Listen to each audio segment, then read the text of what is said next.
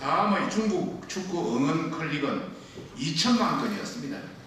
91%를 채워 6%에 불과했고 한국은 560만 건, 94%로 완전히 반대였습니다. 그리고 여론 조작 세력의 색출, 그리고 댓글장 이상인데 정작 중국 댓글 응원은 심각하다. 완전히 중국한테 장악. 우리나라 포털 자평양 포털을 자평양 세력들과 중국의 특정 세력들. 국민의힘 가방위 간사 박성중 위원입니다. 오늘은 다음과 네이버 등 포털에 대한 문제점을 지적하고자 합니다. 다음과 네이버 포털 여론 조작 행위를 더 이상 방치할 경우에는 엄단할 것을 경고하는 바입니다. 이번 중국 축구 관련해서 다음의 중국 축구 응원 클릭은 2천만 건이었습니다.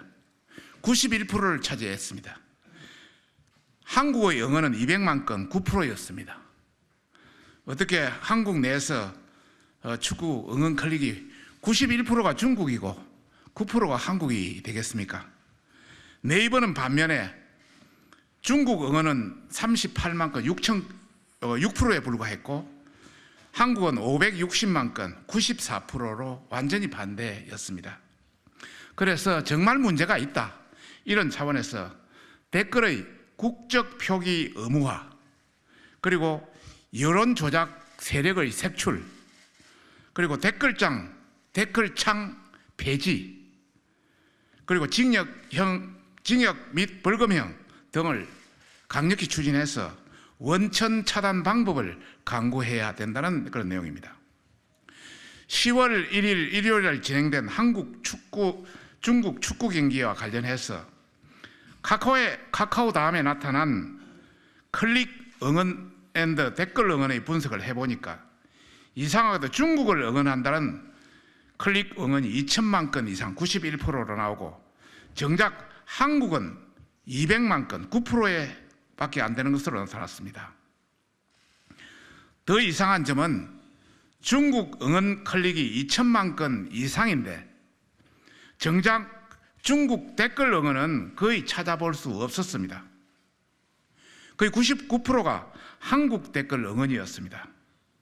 완전히 조작 세력들이 개입한 빼박 증거인 셈입니다.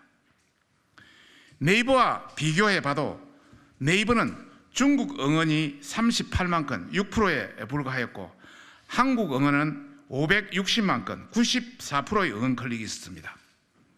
두 개 포털을 비교해보면 포털 다음에 조작 세력이 가담한 것이 명백하게 드러나고 있습니다. 의문을 제기한 네티즌들의 댓글을 보면 어떻게 중국 응원이 더 많지? 다음이 한국 사이트 맞나? 매크로로 조작한다. 다음 생각보다 좌편향이 심각하다. 완전히 중국한테 장악당했다 등등 비판 의견이 많이 달렸습니다. 우리나라 포털을 자평양 세력들과 중국의 특정 세력들이 개입하는 것이 일부 드러난 것이라 할 수 있습니다. 중국 IP를 우회해서 사용하는 북한의 개입까지 의심되고 있는 상황입니다. 저희들이 이것을 분석해 봤습니다.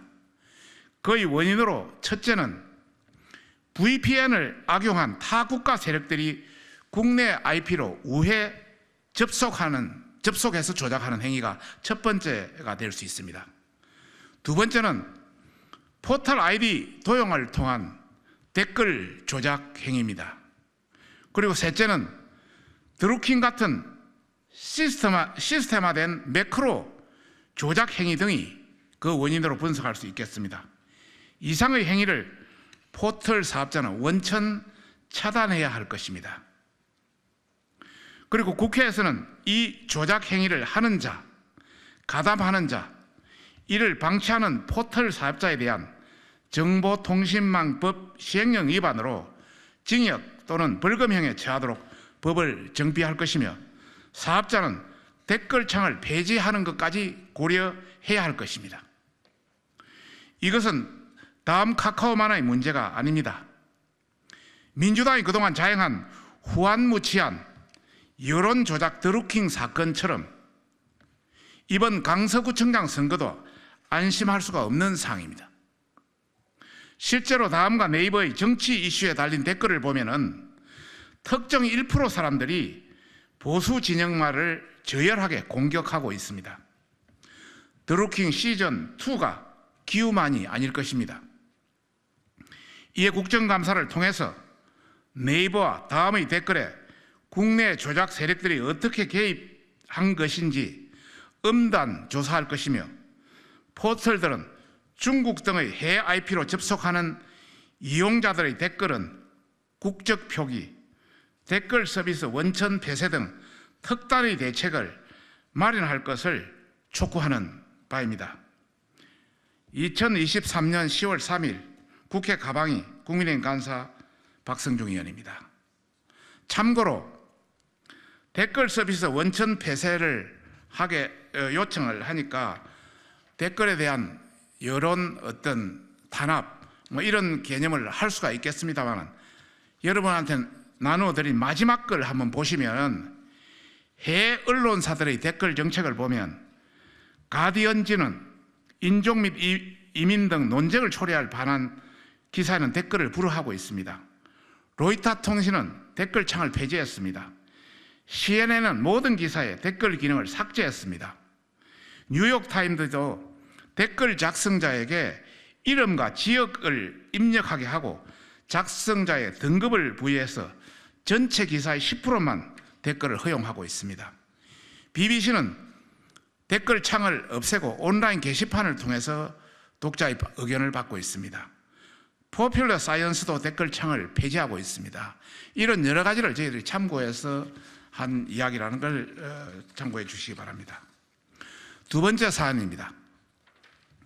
악의적인 선거 개입을 보도 자행하는 민노총 노영방송 MBC 편파 왜곡 조작 방송을 당장 중단하라 이런 내용입니다.